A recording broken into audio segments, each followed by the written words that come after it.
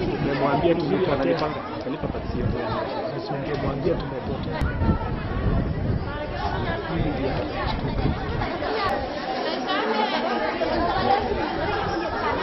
Sisi tumetoroka, tuko kwa hii kasenta kidogo, hatuna chakula, hatuna ng'ombe, watoto wako kwa shule, wanatambaa tu, tuko pamoja nao. Na ile shule watoto wako hakuna mtu anaweza kukaa hapo na mtoto yake aende hiyo shule. Hiyo shule ni shule nyingine mbaya sana, iko ndani ya wadui.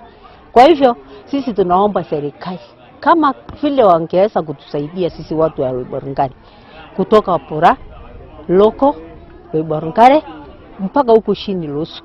Sisi tuko na shida kubwa sana. Actually mimi naongea hapa, waliwa ndugu yangu, who was also a breadwinner to our family. Waliacha watoto wadogo wawili kwa huyo ndugu yangu mwenye walioa. So tungeomba serikali sana wakuje watusaidie hapa, kwa sababu hawa watu ni kama wamezidi sana.